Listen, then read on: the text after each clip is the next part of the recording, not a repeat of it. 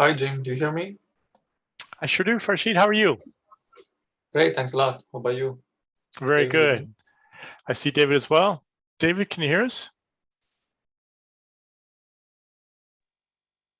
Yes. Fantastic. Okay.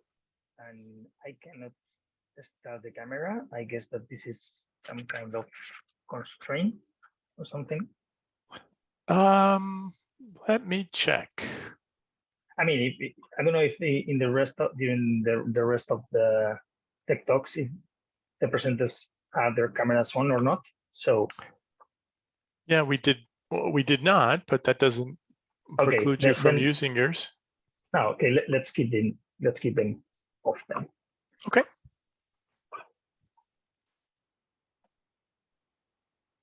Okay. How many people have already registered? I would have to check with Kendall to know the number of registrants, David. We usually have about a dozen to 2 dozen for these things registered. What really is the important part is YouTube downloads afterwards will be the real win for us on these. Okay, let me check if I can share my screen. Please do. Okay, I don't know what I have now. So,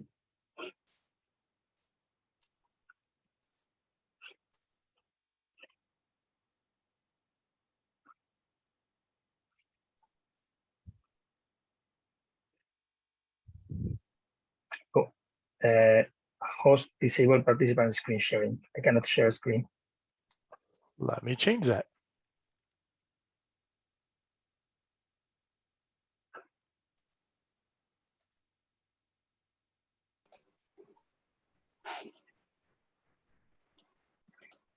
Okay. Should be able to now, David and Farshid. Thanks, Jim. And I think I see Kendall coming on too. Yes, I'm here. I have to jump right when it starts, like usual. Okay. I apologize, but I will make sure to get everything started. Canonical, as I get us started with EdgeX. Recorded. Is getting started with EdgeX and Snaps. So we really appreciate both David Beaumonte and Farshid Tabako-Lizada. Boy, I hope I didn't completely cream that, Farshid, as our presenters from Canonical today. With that, gentlemen, I'll turn it over to you. Okay, thank you very much, Jim. Yeah, as you have said, we are going to introduce today how to get started with EdgeX as a Snaps. Today with me, it is Farshid. Okay, he is the engineering manager of EdgeX, and I am David Beaumonte, and I am product manager for IoT and embedded software products at Canonical, including Ubuntu Core and hardware certification, but also EdgeX. And today, what we are going to see is how to get started with EdgeX as a Snaps, but not only as a Snaps, also running on Ubuntu Core. Okay, so we will introduce briefly what are Snaps and what is Ubuntu Core, and also a brief introduction about EdgeX. I think it's worth highlighting it again. And then we will go on with technical description and introduction from Farshid about how to get started with all of that. And at the end, we will have some time for questions. Okay, so let's get started with it. So this is a question that I always ask myself. Okay, so why is it so hard to have successful IoT and edge devices? Okay, so this is we find many challenges, as we will see later, and I think it's worth highlighting some of them. Okay, but what kind of devices are we speaking about when we speak about the edge? Okay, so there are many different ways to categorize or classify the devices. The first categories that we typically use are IoT and edge devices. Each of them has its own needs, as we'll see. When we think about IoT devices as single-purpose small devices that may or may not have cloud connectivity, these devices are typically sensors, actuators, or human-machine interfaces. In the edge, we find two kinds of devices. we find the far edge devices, which are the ones that are able to speak with these IoT devices that don't have connectivity to the cloud. And they also perform additional tasks and send the data to the cloud. These devices are usually more powerful machines than the IoT devices that we spoke about. The near edge, the near end edge is the place where additional complex tasks are performed before interacting with the cloud, so that communications can be optimized and many tasks can be offloaded from the cloud. And one thing that IoT and far edge devices have in common is that they are typically located in locations with difficult accessibility in the field.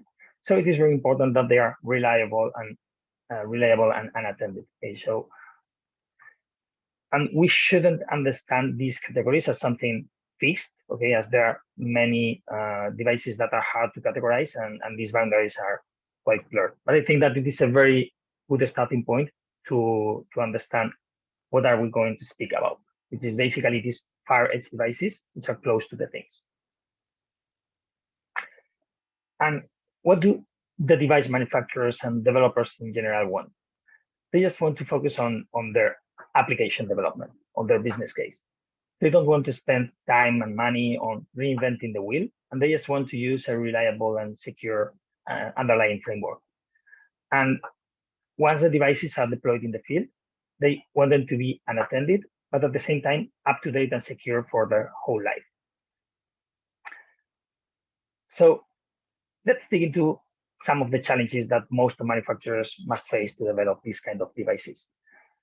So you know that there is a huge competition in this really fast-paced market, we could say. So reducing the time to market is critical, but also it is critical to optimize development costs so that development impacts as little as possible the final price of the products. And we want our developers to be focused on our use case and application development. So having traditional embedded software developers who are experts in porting the kernel or driver development and so on is really expensive nowadays, as they're hard to find. So yeah, these developments take time. Okay, so most companies prefer using hardware that just runs with a specific operating system and development framework. Additionally, these kind of devices are usually in places, as I mentioned earlier, where sending a technician to recover them is expensive. So they must be unattended and unreliable. Basically, unreliable hardware can ruin the business model. And additionally, security is taking a critical role as those connected devices are increasingly handling more critical infrastructures and data. So manufacturers want them to be secure for the whole life of the device in the field. This brings basically two problems. On the one hand, you need out-of-the-box security features that protect your data and firmware. And on the other hand, you need the infrastructure to detect, fix, and deploy security vulnerabilities as soon as they appear. Bear in mind that it is not only expensive to recover devices that have been attacked, but it is even worse, the damage done to the brand if your fleet of devices is not secure. But there are even more challenges for these far edge devices. We have to integrate things and protocols. So we need to speak the language of the things. I don't know, Modbus, GPIO, camera services, these kind of things. We also want to include additional processing and intelligence. We need to, this is basically necessary to offload cloud processing or near edge processing. We also want to be cloud agnostic. Okay? We want to move to a different cloud provider easily. Performance, it is also very important to have low latency. So it is really important to have a high performance framework. And applications must be modular and scalable. But also the development framework must be user-friendly, because this is going to improve developers' productivity. Okay, they find something that it is easy to use. So this is basically our proposed solution to develop this kind of edge devices, which is based on EdgeX running as snaps on Ubuntu Core as the underlying operating system. So let's take a closer look at each of them. Let's start with EdgeX. Okay, this is a very well-known definition of EdgeX, but I think it's worth highlighting it again. EdgeX is an open source software framework to develop and build applications that are highly flexible, scalable, and vendor neutral. It acts as a middleware between the things and the cloud. It is hosted by the Linux Foundation and LFH, and it has been widely adopted by silicon vendors, manufacturers, and software vendors. And as I said, EdgeX acts as a middleware. And what does it mean? It means that we have, on the one hand, device services that interact with the things, okay, the sensors, actuators, and so on. So these device services speak the language of the things, this GPIO, Modbus, or camera services, whatever kind of service that we want to use. We also have some core services that handle the data, provide the API, edge intelligence, database, these kind of things, and also the some application services that interact with the cloud or with other applications. So as we can see, it is very modular and highly scalable. It is possible to add additional edge intelligence and has a very low latency. So it solves many of the challenges that we saw earlier. Let's move on to the operating system. Ubuntu Core is an Ubuntu flavor optimized for IoT and embedded devices. That is, systems with limited resources in terms of CPU, memory, and storage. And what does Ubuntu Core actually offer? The first important thing is that it is Ubuntu. Okay, it is based on Ubuntu LTS version, using the same kernel and libraries, but removing all the unnecessary packages so that it is more lightweight. And as it is based on an LTS version, it has up to 10 years of support. It is fully containerized based on snaps. That means that all the applications have to be snaps that are strictly confined. And yeah, we will see that later in the next slide. There is a large ecosystem of applications available in the Snap Store. And those applications, the kernel and the whole operating system, can be updated using transactional bulletproof updates. That means that if an update eventually fails, there is an automatic rollback to the previous version. Security is also in the DNA of Ubuntu Core, okay, reducing the attack surface for connected devices and also receiving promptly security patches from Canonical as soon as we detect them and fix them. And last but not least, Ubuntu Core has been certified for a large number of devices, including Raspberry Pis, Intel NUCs, and many other devices, okay, Advantech devices, Lenovo, Dell. Certification means that Ubuntu Core has been enabled on those devices by our engineers, and then the devices are automatically and rigorously tested in our labs to check that the new system patches and updates don't break the system. Okay, and as I said, the snaps are the building blocks of Ubuntu Core. Basically, snaps are applications that are packaged along with their dependencies. So they are immutable and fully portable. Strictly confined snaps provide full application isolation. A strictly confined snap can't break the system, okay? But additionally, the system or other applications running on it can't affect or break the performance of another snap. Every snap is based on a base snap, which is a special kind of snap that provides a runtime environment with a minimal set of libraries that are common to most applications. And Ubuntu Core is a fully containerized operating system based on strictly confined snaps. And the revolutionary thing here is that not only the applications are snaps, but also the kernel and the rest of the system. This means that all the components of the system can be managed, updated from the IoT App Store, the Snap Store. And additionally, snaps can be used across many other operating systems that support the snaps. So you can use exactly the same package in any other system without portability or dependency issues. Okay, and how do we work with Ubuntu Core? It's very simple. Ubuntu Core is not the typical operating system over which you're going to develop the applications directly. Okay, it's typically the operating system that you flash, deploy your applications on, and it just works. Okay, it is very easy to maintain, it is secure, and it is always up to date according to your rules. So the applications are typically developed externally. You can develop your applications using, for instance, Ubuntu Desktop. And as those applications are snaps, you can even test them in that system. Okay. Then you can publish your applications to the Snap Store and deploy them on Ubuntu Core. It's a very simple and straightforward process.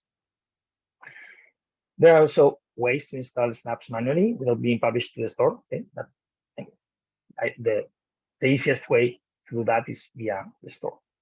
And all the information related to how to work with snaps can be found at snapcraft.io/docs. And Rashid will also dig into some of those details later on.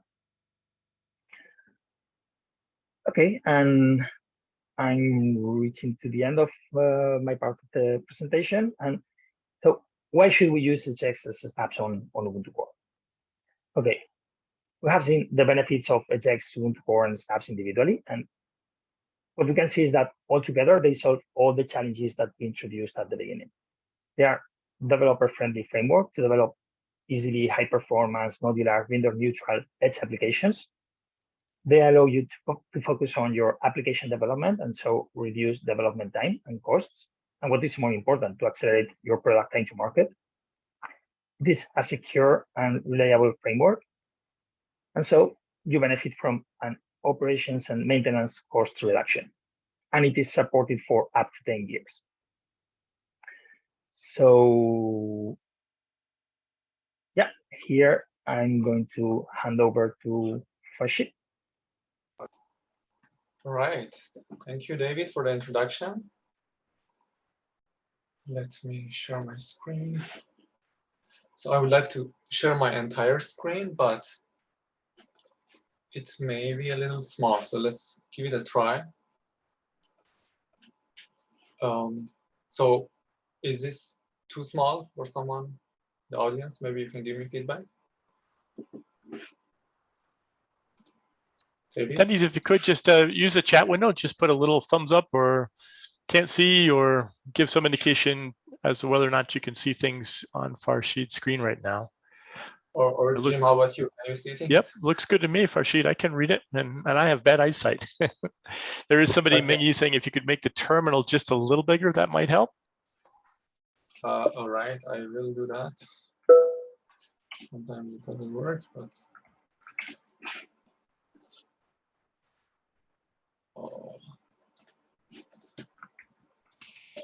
sure how this gets bigger. Okay. All right, let's get started. Perhaps it's too big now. So yeah, David gave an introduction of why snaps are useful, what is EdgeX all about. And here I'm trying to provide a technical introduction for getting started with snaps. If you have been in the EdgeX community, you may already be familiar with the Docker deployments, how we use Docker Compose, and you may have also heard that that's probably the easy way when you want to deploy EdgeX. And I'm here to tell you that, okay, there is an easier way that we can use to deploy EdgeX component, and it provides additional benefits out of the box. So in this walkthrough, I will show the steps for deploying a bunch of snaps, EdgeX snaps, which provide the capability to collect data from an MQTT broker and store it inside EdgeX. Now you can then do further processing, you can visualize it, and you can do anything that you can do with EdgeX.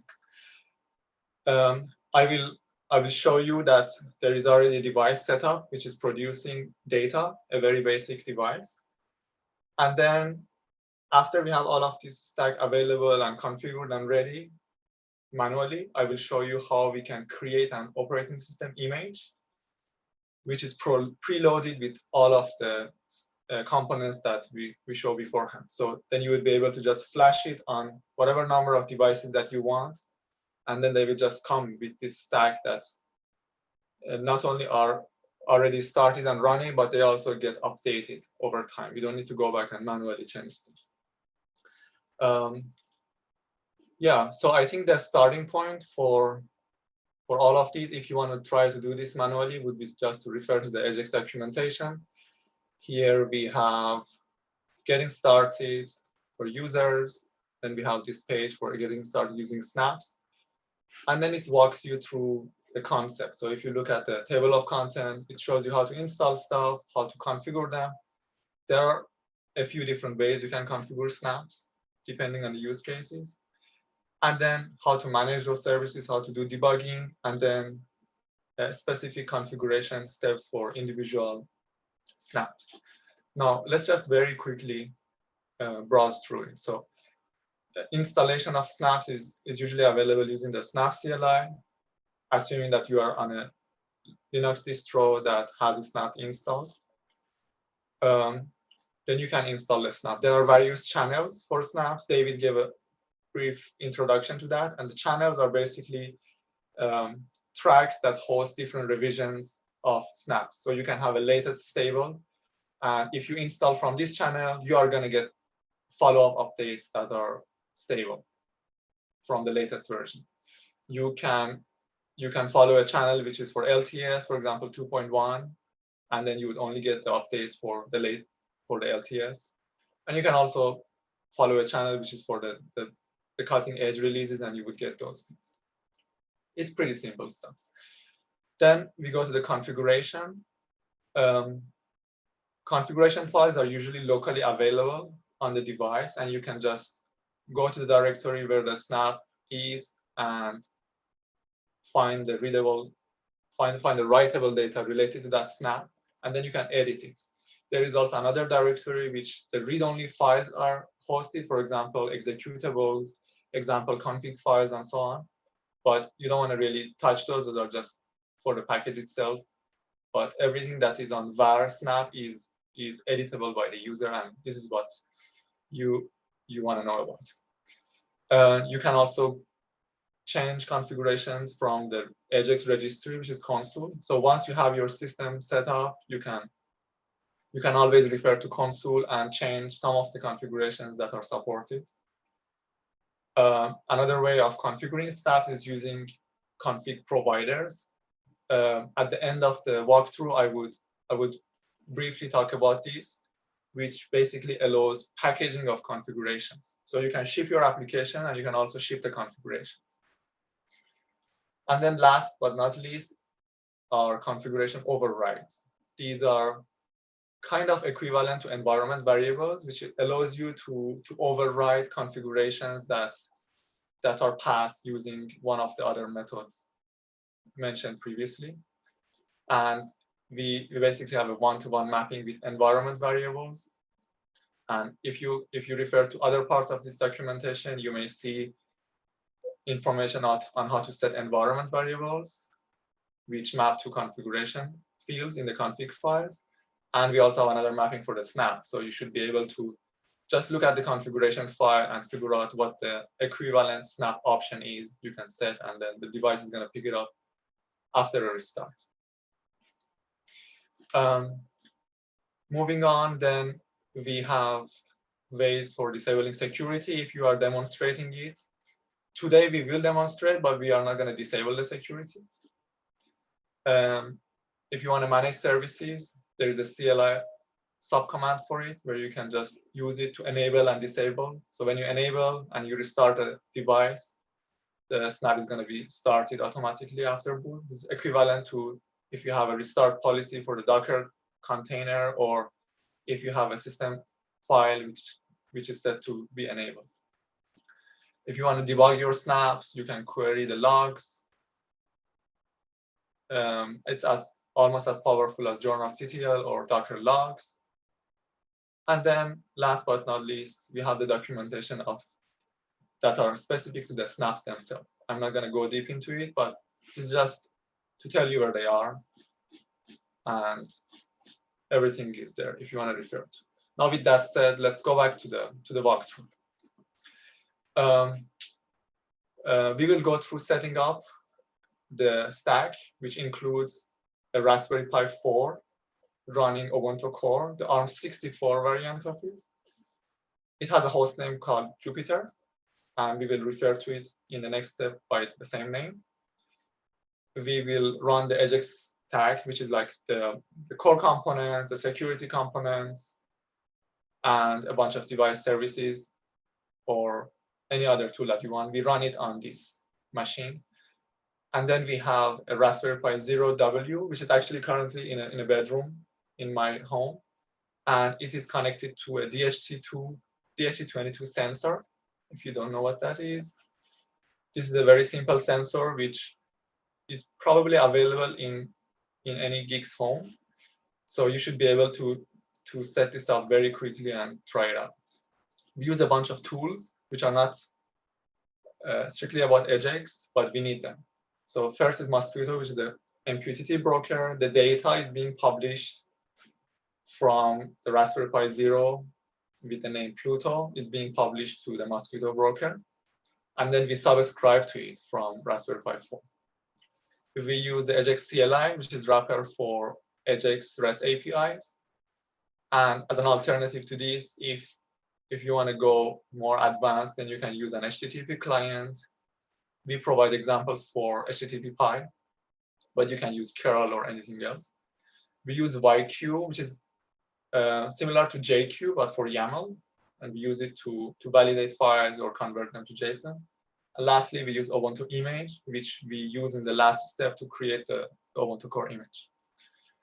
Now, let's get started. So to install the platform snap, you can just simply refer to the store page. Let me just zoom in. There is a description of what this is about, but what is the most interesting part are the channels. So you can see that there is 2.1 stable. So if you want the latest LTS, then this is where you would go, and this is where the command that you would use. But in this demo, we just take the latest stable, and that's the command we'll execute. Now, I wasn't sure how stable my connection would be, so I've already installed it. And we can see, let's check which version is installed. Oh, that's pretty large, but okay. I have 2.2.0+2 installed, the same one that is shown here. So let's move on to the next step. Now, this is the platform. It's just a single command and you will have it running. You don't need to do anything else. Now, if you are demonstrating, then you may hit the 1 hour expiry time for the tokens that are deployed when you install EdgeX. If you want to extend it, then you want to buy yourself more time to play around with the system, then you can execute a bunch of commands, which are again already documented in the documentation I showed you, and then you would extend it to 72 hours. But if you are going to start your other services within the first hour, then those tokens are going to get automatically updated. So you won't need to bother with this. Now, we have the platform set up, but we need to make sure, okay, there is some actual data coming to work with. We have already set up this application called DHT on Pluto, and it has the following configuration. It is publishing to a public broker. It has a port, and then it has a topic prefix for the data that's coming in. It has a client ID, the pin that the sensor is connected to, the type of sensor. It could be DHT22, 11, or 21. And then there's the interval, which is how often is it querying that device to get the reading and publish it to the broker. Now, as I said, this is already set up, and I can just execute this command to subscribe to the public broker. And with this topic wildcard, I should be able to get the data. Now, I'm going to put this command in the chat. So you can actually subscribe to it right now and just get the data that I'm about to get. Now we immediately got 2 measurements because this was retained. But if you wait long enough, I think my current setup is actually 60 seconds interval. So if you wait long enough, then you would be able to get more data. And we will come back to it later. So I'm just going to leave it open. Now you can see the topics has 3 sections. The first section is actually the prefix. The second section and the third section are very important for our use case because the device service that we are about to use in the next step expects the device name and the resource name to be in the topic. There is another way of wrapping the payload in an envelope which has all of this information, but we are just going with a simple form and we need to provide this in the topic. So yeah, another one is here already. That's a good sign. So data is coming.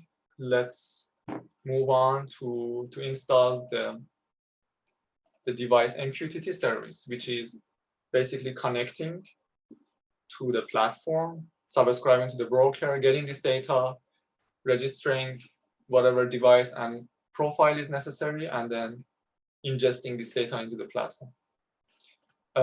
Let's go back to our device. I'm going to make this a little smaller because I can't see anything. It doesn't work. Not sure how this works, to be honest. Okay. So let's install it. This one should be installed in a few minutes, in a few seconds. While this is being installed, just some background.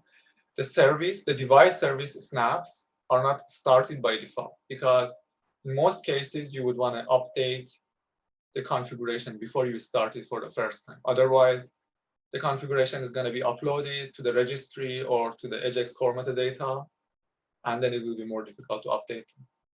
So let's just get in there and update our configuration before we start.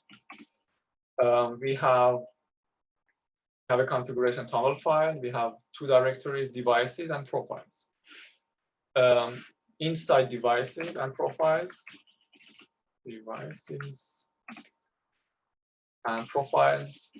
there are some default configuration files which come from the source of the project.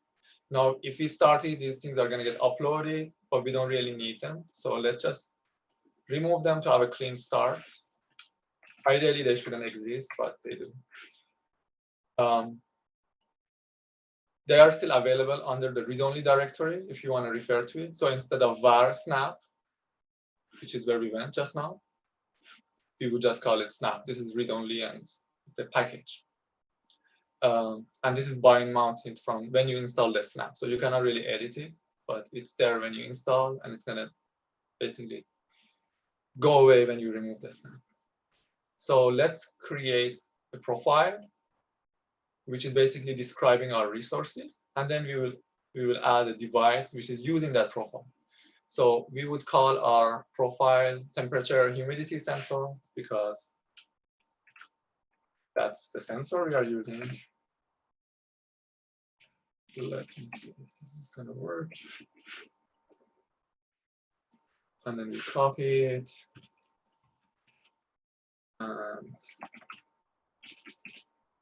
And we practice our JQ, our V skills. Okay.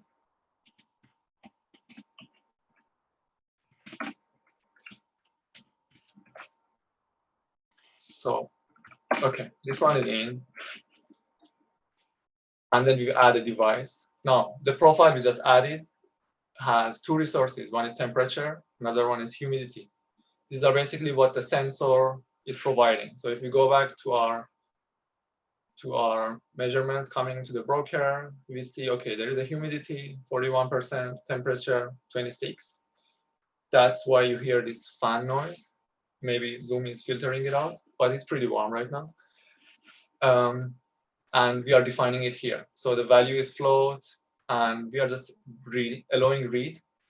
You can also allow writes, but it doesn't make sense in this case because we are just sensing, we are not actuating anything.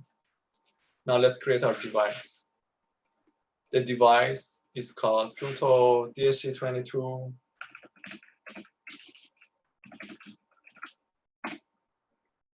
Command not found. And this is the name of the profile we just created. So the profile needs to exist, and then this device can use it.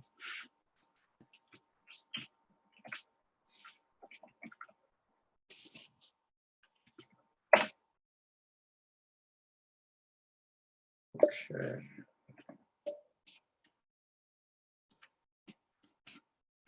Let's just check my profile again. Okay, everything is good. Okay, we have our device and we have our profile. Now we need to also update the configurations of the server. So if we look at the configuration TOML file, we would see that there's a long list of items that can be edited. And let's just take a look at it here. It's right here, and there is a lot inside. And we need to update 4 entries. One is the address of the broker. This is the public broker we are using. There is a client ID by default, which we need to remove. Otherwise, if multiple people are running with the same client ID, then the broker is going to start kicking out some others. So when we remove it, then the MQTT client automatically generates a random one. We need to set topic levels to true, because as I mentioned before, we need to make sure we support topic levels and extract some of the metadata from the topic. And this is the prefix for our data. Now I can just go to the configuration file and edit these, or I can use the snap overrides, which is quicker, probably harder to type, but they are quicker if you know what you are doing. Let's just copy paste and let it do its thing. So all done. I can actually get it and see what I've just said. This is, I think, pretty useful if you are debugging. And then you can pass the -d to get the whole object. So you can see that it converts to a JSON object. You could even set the JSON object. So instead of setting these things one by one, you could just pass in the entire object and it would just have the same result. Or you could call the command once and combine all the arguments instead of multiple commands. But I'm just putting it here like this because it's more readable. Now everything is in. We have our device, we have our profile, we have our server configuration, and we are ready to start. Now this is started. I can get the logs to make sure there are no surprises, hopefully. I don't see any error, so that's a good sign.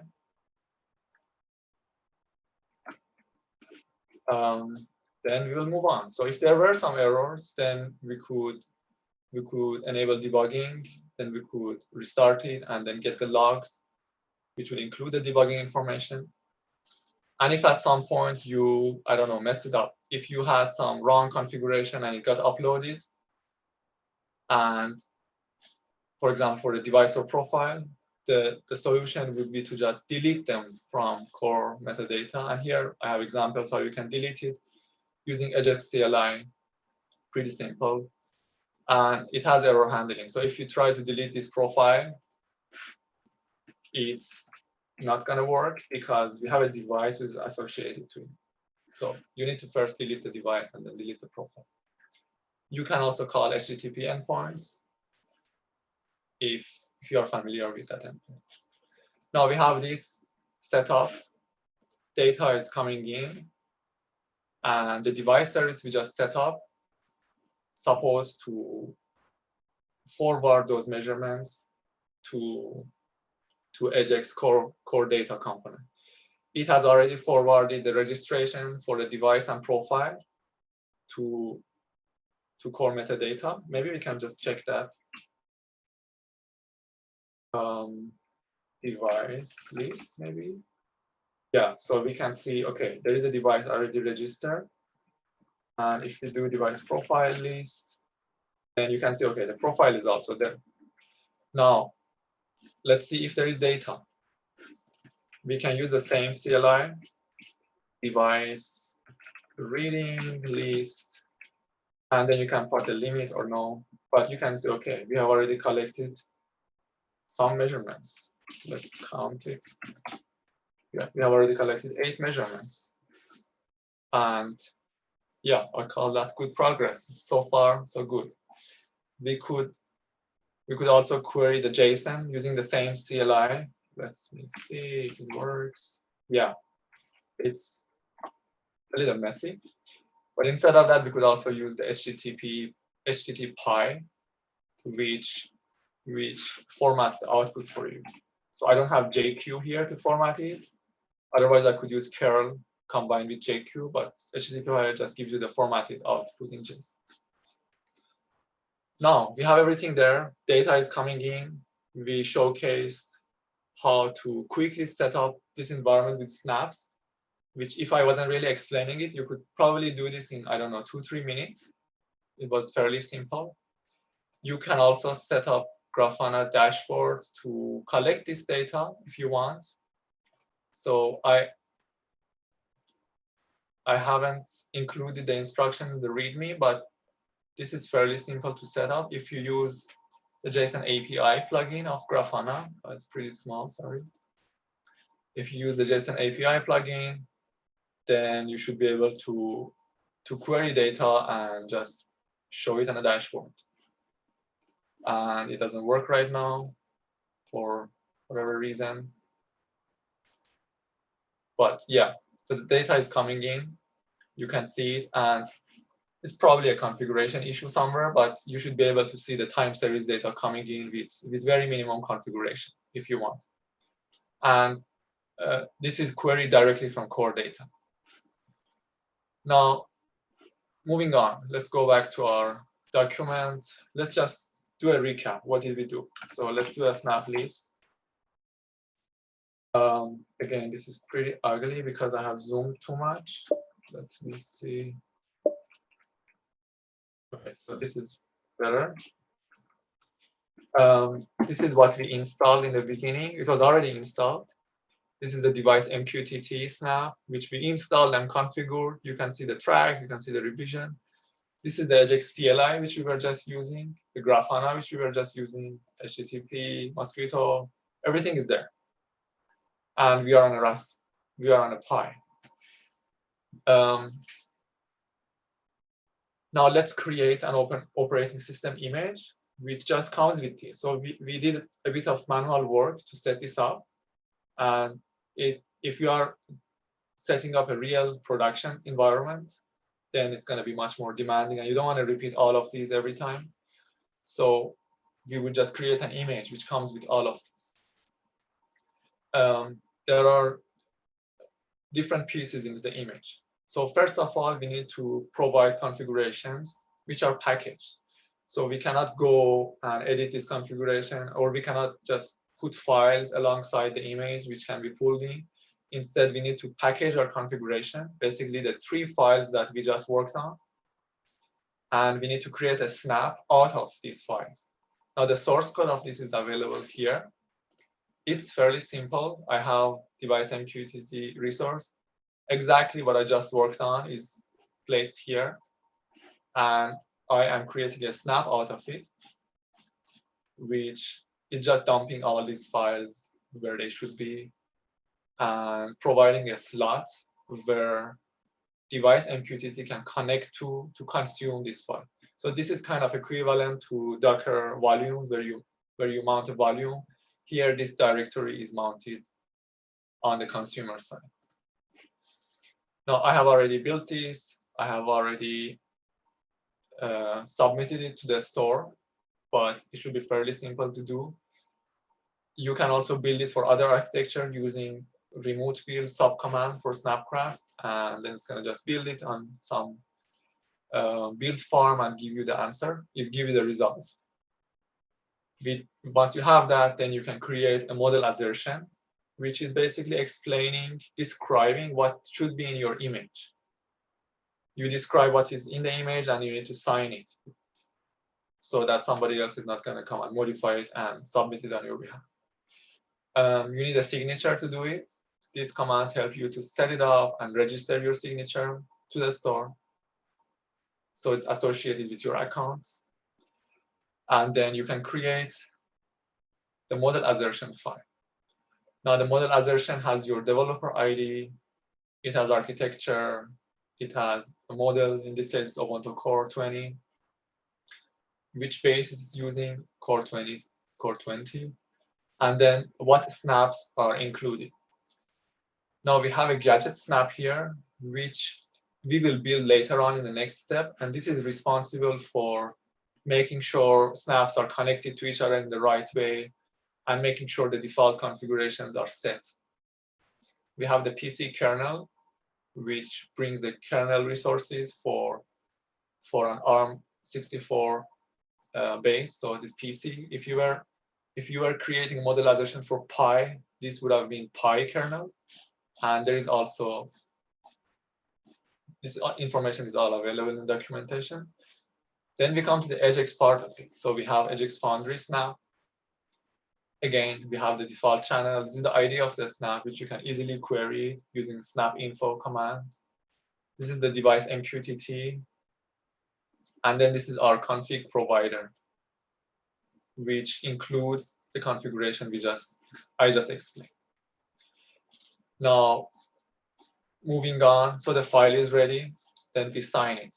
When we sign it, then there will be an output called model signed YAML, and this YAML file is going to include the same model, but also your signature. So you can see, okay, I have already done that step.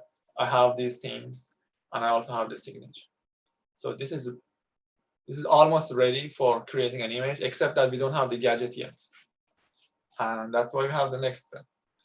Now, as I explained, the gadget is architecture dependent. So if you plan to create an image for ARM64, then you need to use an ARM64 gadget, for example, for a Raspberry Pi. If you are creating AMD64, this is what we are using, then we use the PC gadget.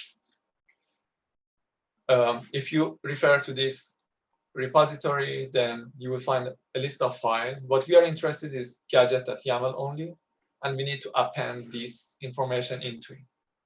Now, what this is. So first of all, there is a connection, which is basically telling the Snap daemon that the provider which we created should be connected to device MQTT Snap. And that's basically what it is. So the plug is connected to the slot, as simple as that. Now we can also pass defaults. So I showed you how we can configure the device MQTT using options, but we ended up providing a config provider. Now we could also provide those default options here. In this case, we are just setting auto start to true so that the snap is started automatically, because the configuration is already available compared to what we did manually, and we had to start it in the end. So we do this, and then we can go ahead and build it. But in favor of time, I won't build it. So once you do this, you call snapcraft command, and you are going to have the snap ready to go. Now, going back to our model assertion, we had already signed it, and we need to build it. But this gadget snap is not available on the store, so we need to sideload it.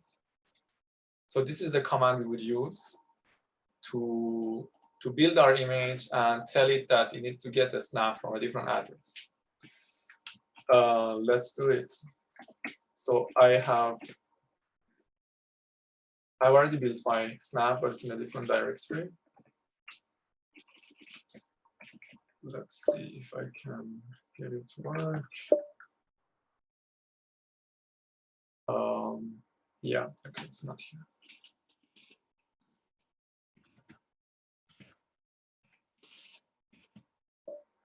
Okay, so this is our snap, yeah.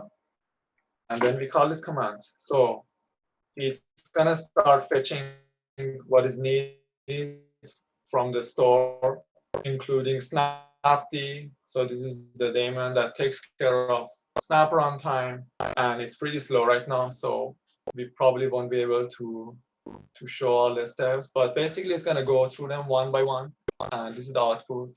Snapd, the kernel, everything that's supposed to come from the store will come, and then you have a warning here telling that your gadget is disconnected and it's not going to get updates, obviously, because we just sideloaded it for this demonstration, but ideally this would also come from the store. And then you would have a PC.image that can be easily flashed using any tool that you like. And I'm going to interrupt this thing. And instead of flashing it on a Raspberry Pi or on an ARM AMD64 platform, I will instead run it in an emulator, because then it will be easier for me to demonstrate. Now, this is my command. It's pretty long. I don't understand most of it, but neither should you. So the only important part is to make sure you are passing the right image. And let me see, where is my image? So I have this PC ready. PC ready. We'll just pass this. PC ready. And then you will see that something is happening. So it's booting. Let's give it a minute or two, and then you're going to have this whole stack ready to you.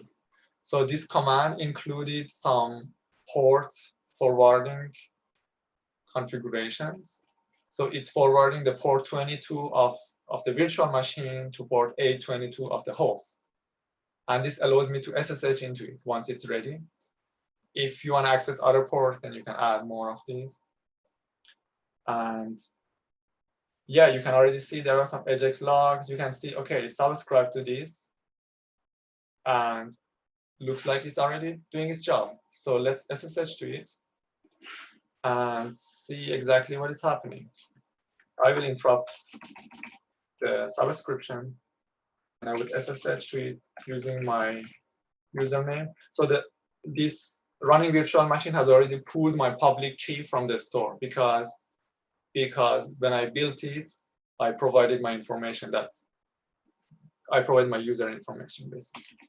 So let's see. This is an Ubuntu Core instance. It has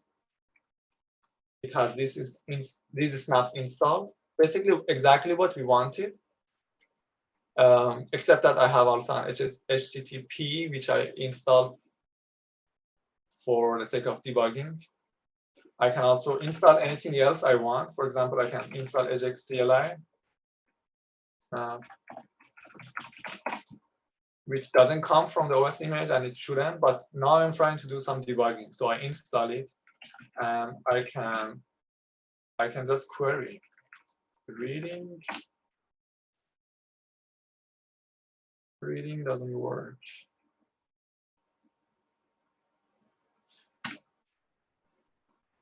Yeah, not sure what the command was. Okay, let's go back. I'm pretty sure it was reading. Oh, it's reading list. Okay. Yeah, so you can see, yeah, because I already had this running, and previous to this call, I was playing around with it. There is already a lot of data. But yeah, this is a live image. You can build exactly the same thing by following the command that I just showed you. And then you would have this whole stack. And you can also see the connections that we set up. You can see, okay, this config provider here is connected to my device MQTT stack. Exactly as I wanted it. No surprises, no strange behavior. Exactly how we define the model assertion, and then there we have it. And that's about it. So we went through setting up EdgeX manually, and we saw how easy it was, arguably, using snaps, how easy it was to package them, how easy it was to install them, configure them, and then how easy it was to benefit from them for creating an OS image, which can easily be flashed or running an emulator to do further debugging. Let's see if I have any questions. Okay, but David, I think that I can make a wrap, and then we can go to the questions. Let me share my screen. Yeah, I am going to stop sharing now.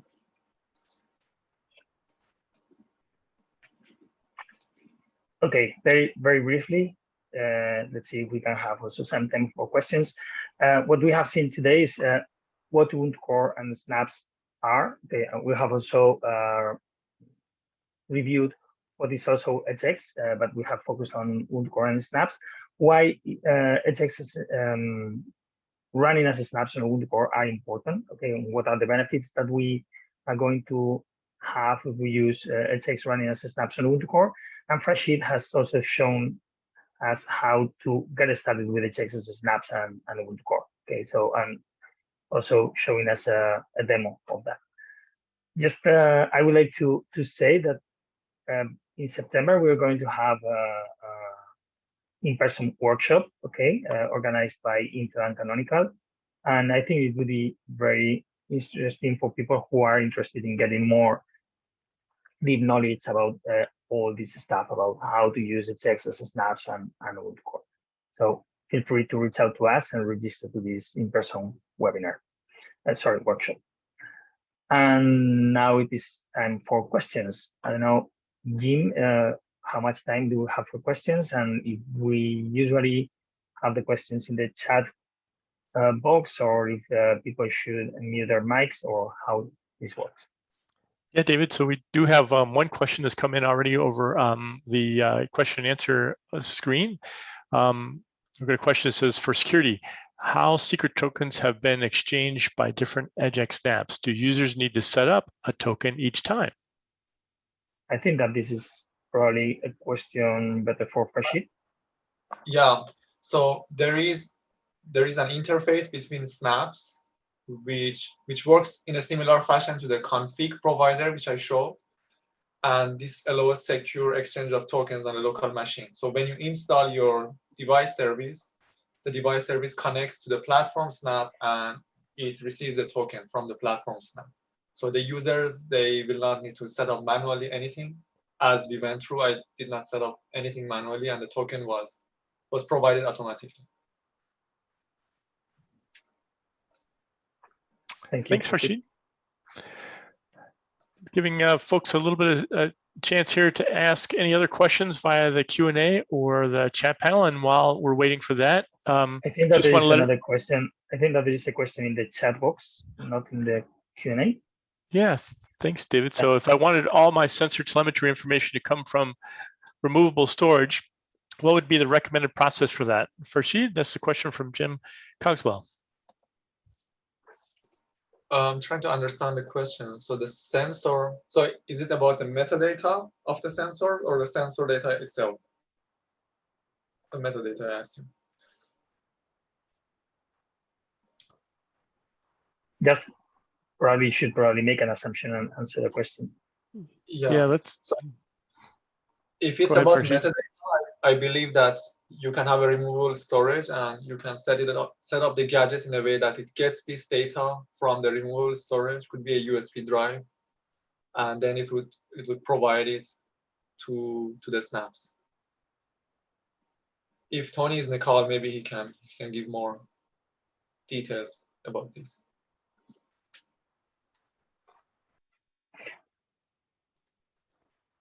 Hey, can you hear me? Yep, we can, Tony. Yep. Hey, everybody. So I think if the sensor telemetry data is on removable storage, you would need a device service that knows how to read that data from the removable storage.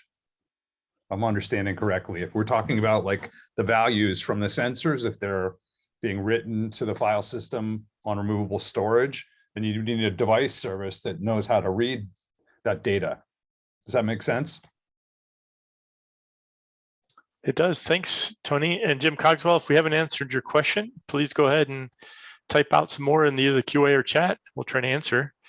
Another question came in for Farshid and David. Can snaps be installed in different devices and talk to each other? Question from Miguel. Yeah, well, yes. So the snaps, they are just packages. So if your applications can talk over the network to each other, so can the packaged applications. Yeah. There are some difficulties when doing so. For example, if you want to exchange tokens securely, that part is challenging, but the applications can easily talk over the network. David? I was going to emphasize what you are saying. So you could even have device services on one machine and the core services running on a different machine, for instance. Right. Any more questions? Feel free to type them in right now. Again, later today, the recording of this talk along with the slides will be made available on our wiki site. I put the link in the chat window. This is also being streamed over YouTube, and it'll be available on our YouTube channel later today as well. One more question from Jim Cogswell, Farshid. When the device gets auto-updated as new software is released, Am I understanding correctly that anything in the var directory will not be overwritten? That's correct. So anything in the snap directory, which is the package read-only file, will get updated, but things that are on the user side, writable for the user, will not get updated. So your configuration is safe in place, and as long as you receive backward compatible updates on your channel, the configuration is expected to continue and work. Just to add one bit of comment there. There are writable areas that the snap is given. There's one that's a common that's the same across all revisions of the snap, across all updates. So if you write log files to it, the log files just stay there. They're not going to get touched. But there are also revision specific directories. So when you update a snap, all of that data from that revision specific directory is copied into a new directory for the new revision. And this is one of the things that allows us to have automatic rollbacks. If that update fails, you fall back and the data is as it was, right, when the update started. But if the update succeeds, you've now got a copy of that data that's been moved forward. Thanks much, Tony. I'd like to take a chance here to say thanks to David, to Farshid, and to Tony and all of Canonical for presenting today on how to get started with EdgeX and Snaps. I want to thank all of our attendees for coming in today and having a listen to this talk. If you want more additional information on EdgeX Foundry, you can go to edgexfoundry.org. You can get links there to GitHub, to our YouTube site, to things like our Slack channel where you can ask other questions. We really do appreciate and hope you will continue to follow us. With that, I'm going to close out today's Tech Talk. And again, thanks to all the panelists and participants, and we'll talk to you all soon. Thank you very much.